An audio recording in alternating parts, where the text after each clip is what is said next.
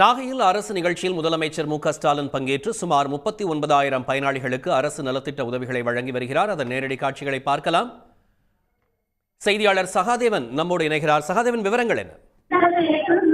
அதாவது நாகப்பட்டினம் மாவட்டத்திற்கு தமிழக முதலமைச்சர் மு.க.ஸ்டாலின் நேற்று இரவு வருகை தந்து பல்வேறு நிகழ்ச்சிகளில் பங்கேற்று வருகிறார். குறிப்பாக நாகப்பட்டினம் அரசினர் தொழிற்பயிற்சி வளாகத்தில் நடைபெற்ற ஒரு அரசு விழாவில் 38,954 பயனாளிகளுக்கு 200 கோடியே 27 லட்சம் ரூபாய் மதிப்பிலான நலத்திட்ட உதவிகளை வழங்க இருக்கிறார். இதேபோல வருவாய்த்துறை, பள்ளிக்கல்வித்துறை, வேளாண் துறை உள்ளிட்ட 8 துறைகளில் கிட்டத்தட்ட 139 கோடி ரூபாய் மதிப்பிலான புதிய பணிகளை திறந்து வைக்க இருக்கிறார். இதேபோல 81 கோடி ரூபாய் மதிப்பில் நாகை மீன்பிடி துறைமுகம் நவீனப்படுத்தும் பணியை தொடங்கி வைக்க இருக்கிறார். தொடர்ச்சியாக பால்பண்ணச்சேரி பகுதியில் இருக்கக்கூடிய தளபதி அறிவாலயத்தை திறந்து வைத்து முதலமைச்சருடைய இன்று மாலை அதே இடத்தில் திமுக நிர்வாகிகளுடனான ஒரு ஆலோசனை கூட்டமானது நடைபெற்று வருகிறது.